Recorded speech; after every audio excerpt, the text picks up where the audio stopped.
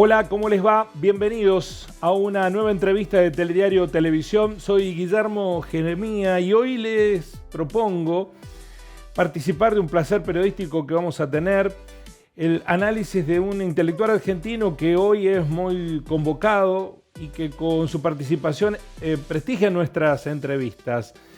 Vamos a preguntarle respecto a esta realidad que vive la Argentina, de sus múltiples lecturas, pero sobre todo de la coyuntura. Quiero saludar a Alejandro Katz, que vendrá a Río Cuarto a disertar el próximo sábado y con él vamos a charlar en estos minutos que vienen. Un gusto, Alejandro, gracias por aceptar la videollamada. Al contrario, un gusto para mí y muchas gracias por llamar. Bueno, ¿qué preocupa para usted hoy más en la realidad argentina? ¿La situación económica o la violencia expresada políticamente desde distintos sectores? ¿Qué debiera atender primero el argentino como preocupación desde su punto de vista? Yo le diría, Guillermo, que la violencia política hoy en Argentina no me parece que sea un motivo de preocupación. Sí creo que es un motivo de preocupación la polarización, la incapacidad de establecer algunos acuerdos básicos.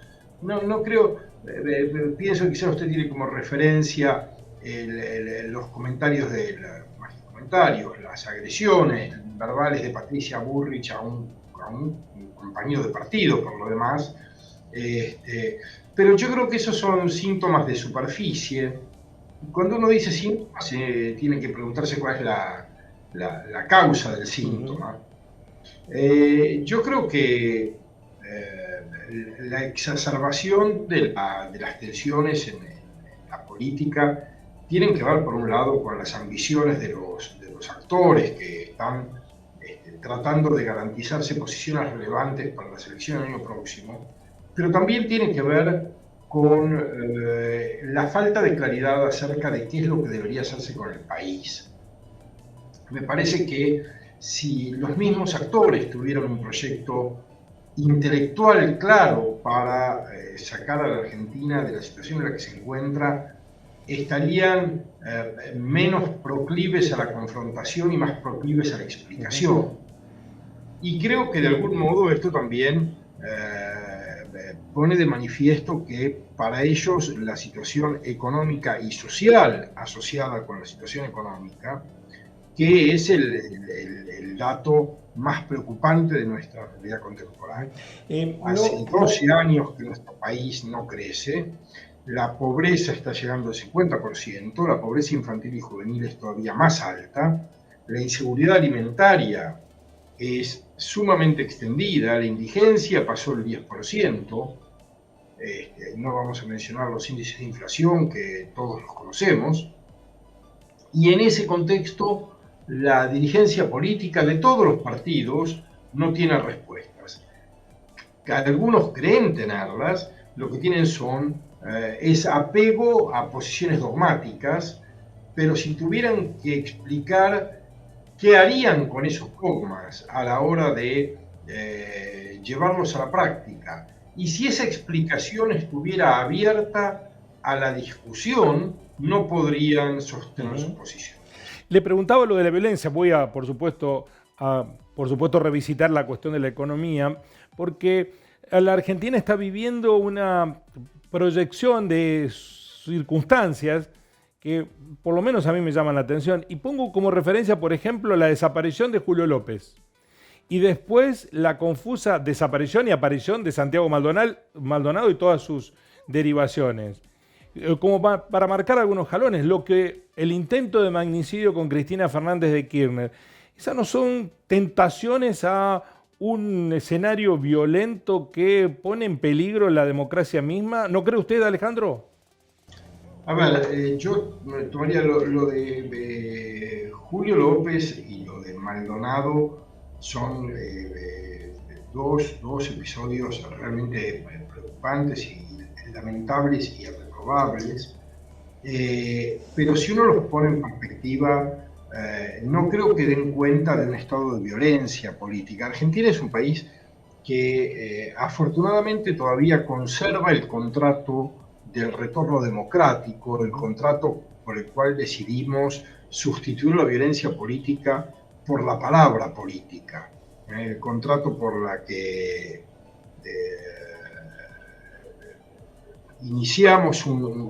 formamos un consenso de un nuevo régimen político que ha funcionado hasta ahora. Por supuesto, eso no quiere decir que no haya algunas situaciones, y las hemos vivido en estos 40 años, que vulneran ese acuerdo, pero básicamente la sociedad está comprometida con ese acuerdo.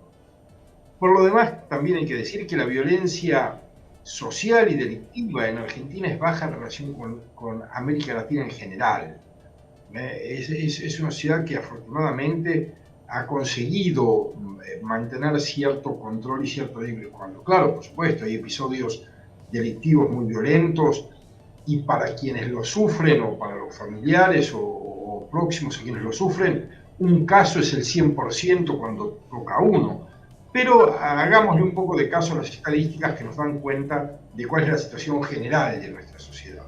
Ahora, el tema del atentado contra Cristina Fernández me parece que abre a otra reflexión diferente que el caso Maldonado y diferente que el caso López. Yo diría que más que violencia política en sentido estricto, lo que estamos viendo en esa situación es algo diferente. Violencia política, uno diría, es la violencia que ejerce una organización política, una organización normalmente bastante estructurada, porque las que ejercen violencia política son organizaciones estructuradas, jerárquicas, con buenos niveles de organización interna, etcétera, etcétera, etcétera, con el objetivo de poner a un gobierno o un régimen para sustituirlo por otro. En el caso de Cristina, del atentado contra Cristina Kirchner, yo creo que lo que estamos viendo es la manifestación del nihilismo que empezó a imperar en sectores muy extendidos de la sociedad. Nihilismo quiere decir la certeza de la desazón como única posibilidad anímica posible. La certeza de que no hay nada que hacer y nada que esperar.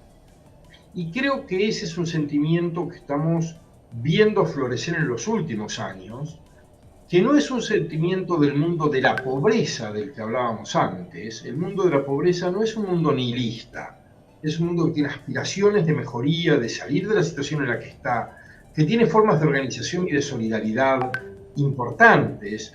Yo creo que el nihilismo del que hablo y que creo que estamos empezando a ver es un nihilismo que aparece en los sectores medios que se han visto, que se han visto empobrecidos fuertemente en la última década. Sectores medios bajos que no tienen redes de solidaridad, que no tienen pertenencias laborales, institucionales, profesionales, sociales, religiosas, muchas de las cuales están presentes o en las clases medias o en las clases populares. En estos sectores lo que hay es un desapego, no hay estructuras familiares, no hay estructuras políticas, religiosas, laborales o sociales que contengan, y se empiezan a generar redes potenciadas por las redes sociales, redes de personas que comparten la ira, la irritación, la sensación de que su Estado es responsabilidad de quienes detentan el poder. Pero esto lo hemos visto en otros momentos y creo que hay que poner atención en ese paralelismo. Yo quisiera poner en perspectiva con algo que para los argentinos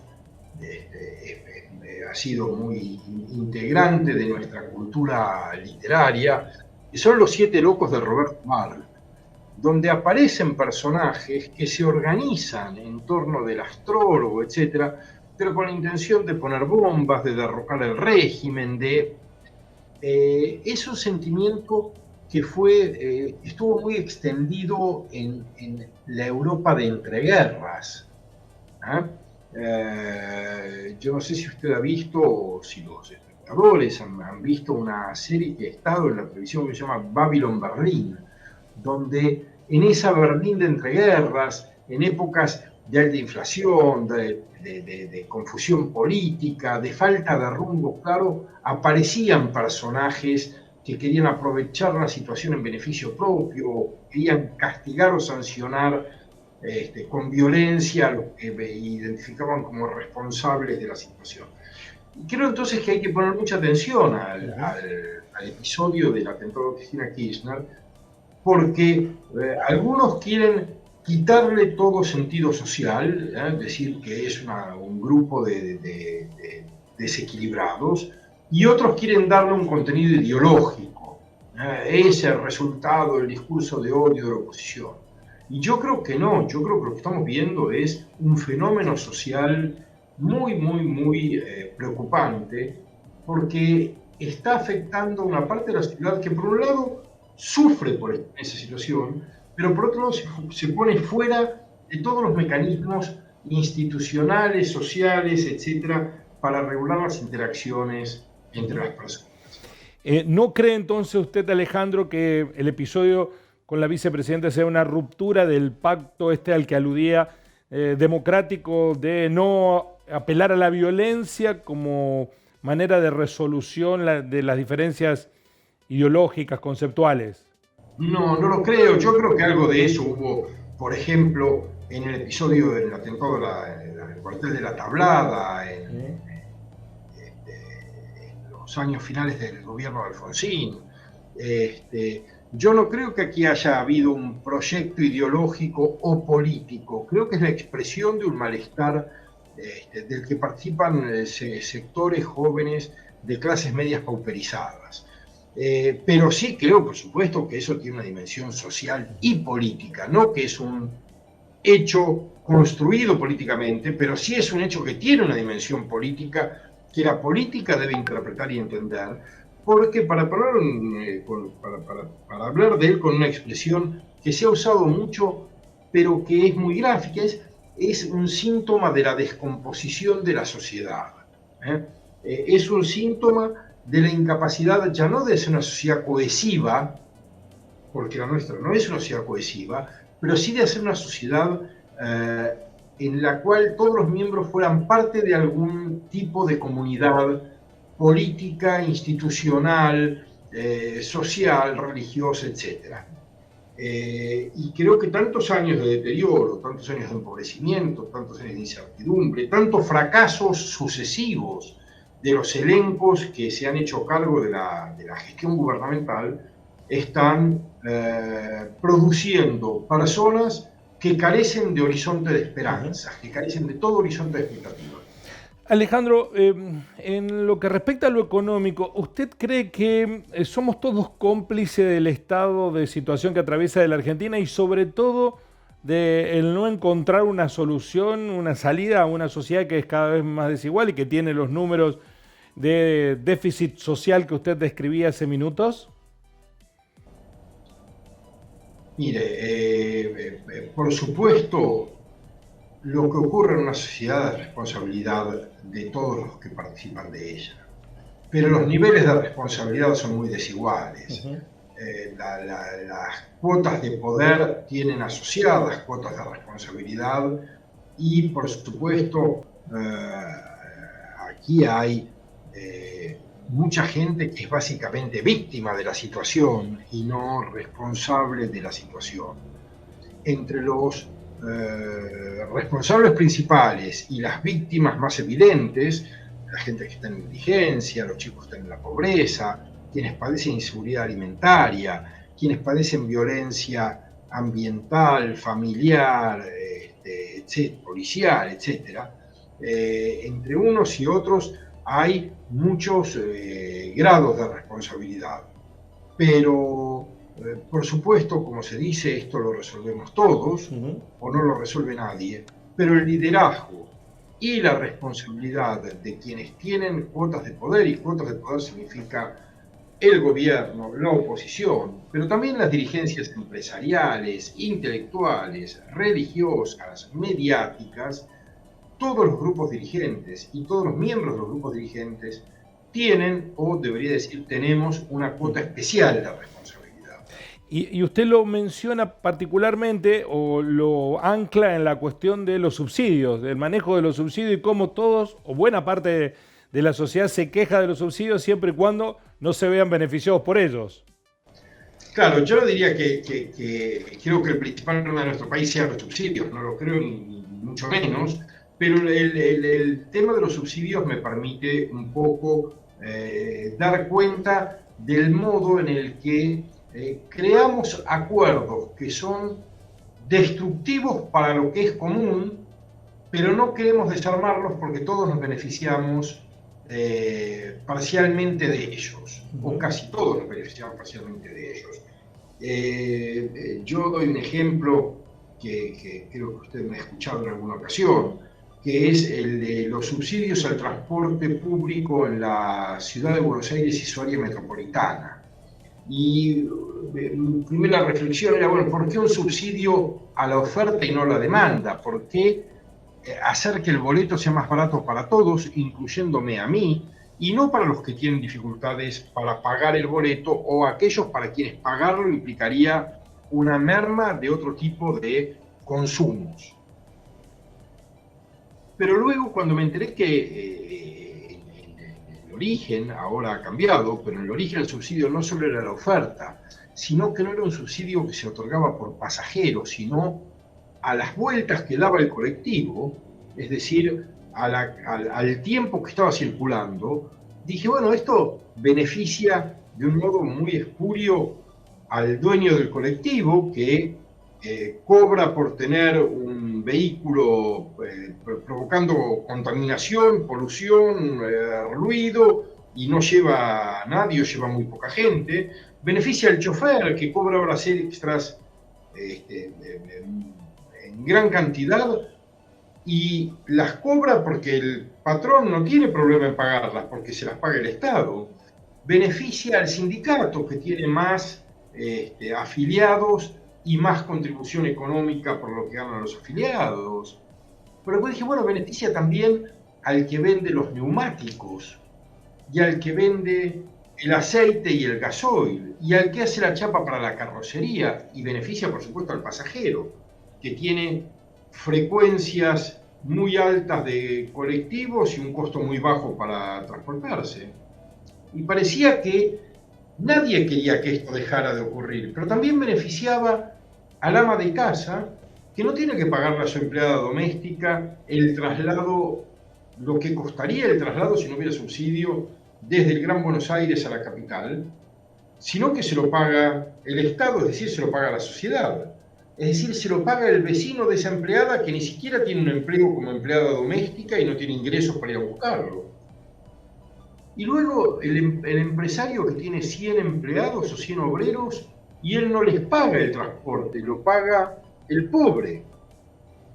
Dije, bueno, acá todo el mundo, no todo el mundo, casi todos están obteniendo una ventaja que hace que todos nos convirtamos en obstáculos para cambiar este sistema. Pero este sistema está impidiendo que los recursos se apliquen a aquello que es prioritario, deteriorando lo que es común y convirtiéndonos en cómplices de un sistema de incentivos perverso. Yo no quiero ganar más para pagar el transporte por lo que el transporte vale. Puedo ser menos productivo porque el transporte no es un costo que tengo que asumir. Y el empresario no tiene que ser eficiente en la administración del capital de los activos de su empresa, porque que el colectivo vaya vacío y se desgaste no es un problema, él está cobrando, y etcétera. Es decir, todos deterioramos nuestros principios, nuestros incentivos, etcétera, pero no queremos salir del sistema. Entonces, el tema de los subsidios me permite construir esta visión de una sociedad en la que todos nos beneficiamos en distinta magnitud, porque el dueño de la empresa y el pasajero que paga poco no se benefician del mismo modo, es claro, pero todos nos beneficiamos de alguna manera para que nadie quiera promover un cambio, para que todos resistamos el cambio, pero la situación lo que provoca es deterioro del presente y del futuro.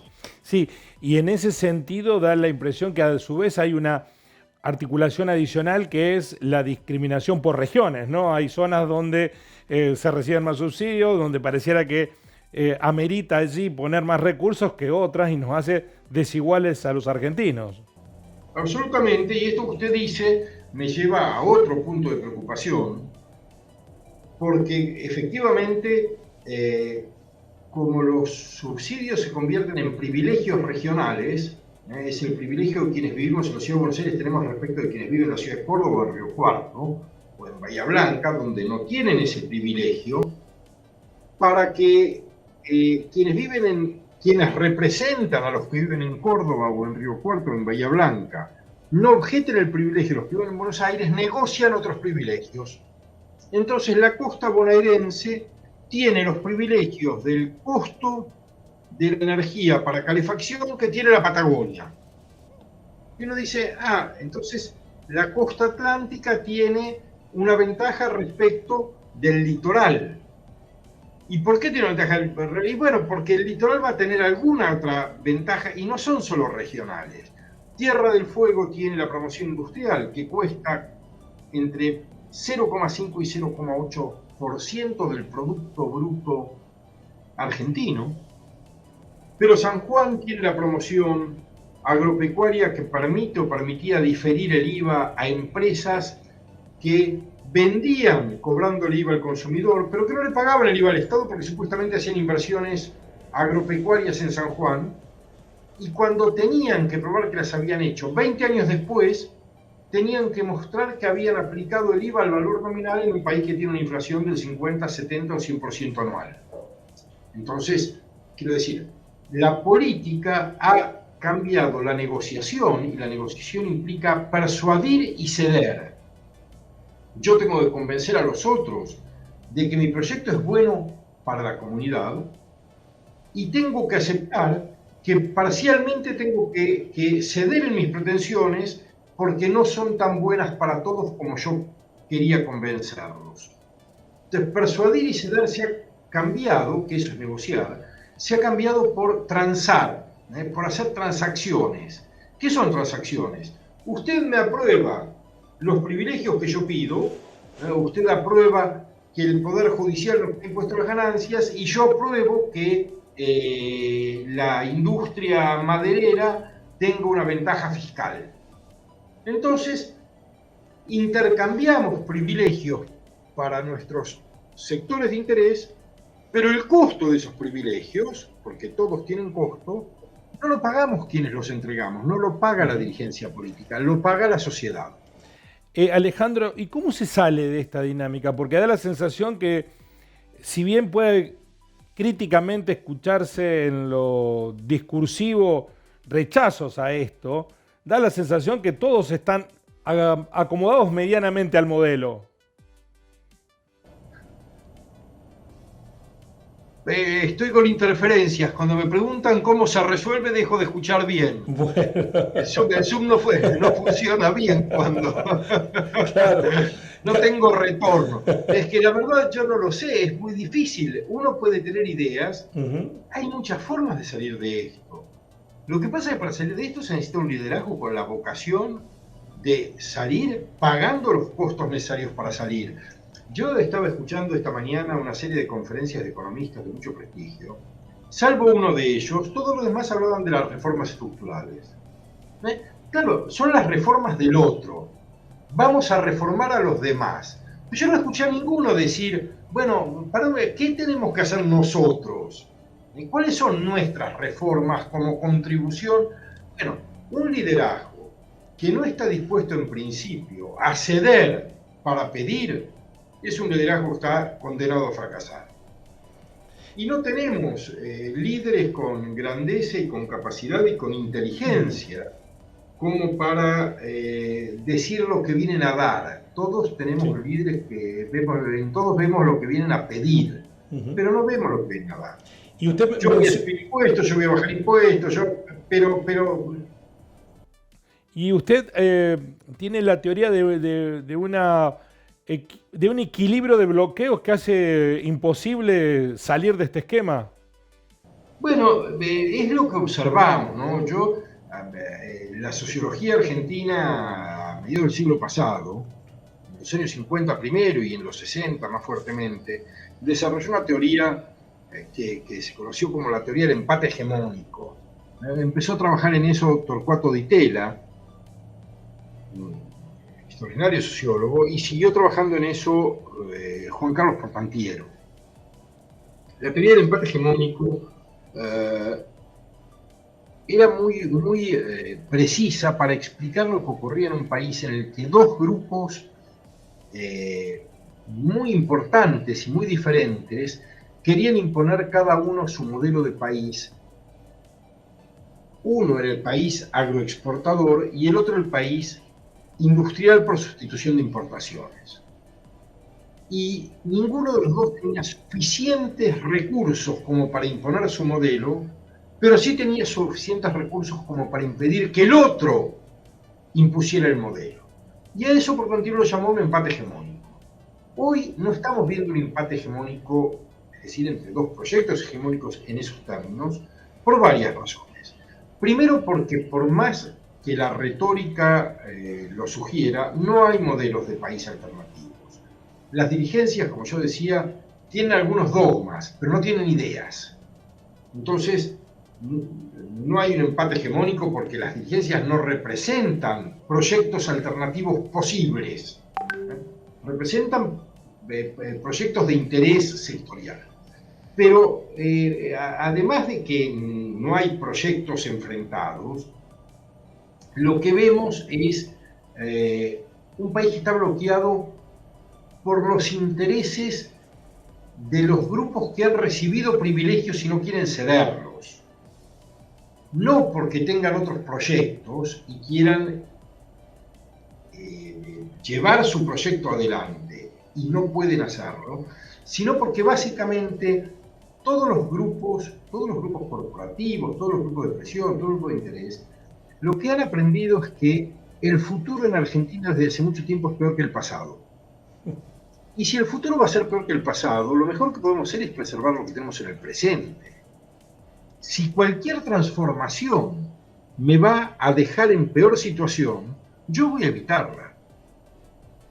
Si usted me explicara que salimos del modelo del subsidio del transporte del que hablábamos hace un instante, porque vamos a tener un transporte más eficiente, de mejor calidad, más moderno, eléctrico, que no va a contaminar y por tanto la vida de nuestros hijos va a ser mejor, porque hay que decir, el subsidio del transporte en la Ciudad de Buenos Aires es un subsidio sobre unidades que queman gasoil, que es altamente tóxico, no para la contaminación global, para el transeúnte, para el peatón. Pero de eso no hablamos. No hablamos de cómo crear un ambiente mejor en un colectivo más seguro, con personal más calificado que no provoque accidentes que matan personas reiteradamente, etc. Y que para financiar eso yo voy a tener que hacer un esfuerzo para ser más productivo y ganar más para poder pagarme yo una tarifa más adecuada. Y cómo el Estado también va a hacer un esfuerzo para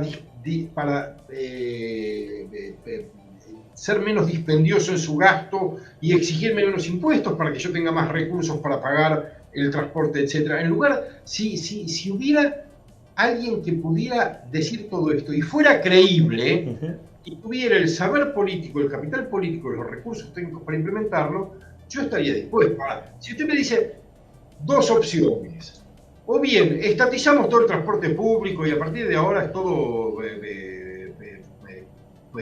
del Estado y los empleados son empleados públicos y vos no vas a pagar nada, y yo digo, no, pará, porque bastante mal estamos como para que todo se convierta en propiedad estatal. Digo, no, esa transformación no la quiero. Entonces viene otro y dice, no, se acabó el subsidio, se acabó todo, el que puede pagar que pague y el que no que se hunda, no es asunto del Estado financiar a nadie, ni dar subsidio a nadie, y si se puede, y si no que el colectivo deje de circular, y si no hay colectivo que vaya al trabajo como puede, y si no puede ir a trabajar que no vaya. Digo, tampoco quiero esa transformación.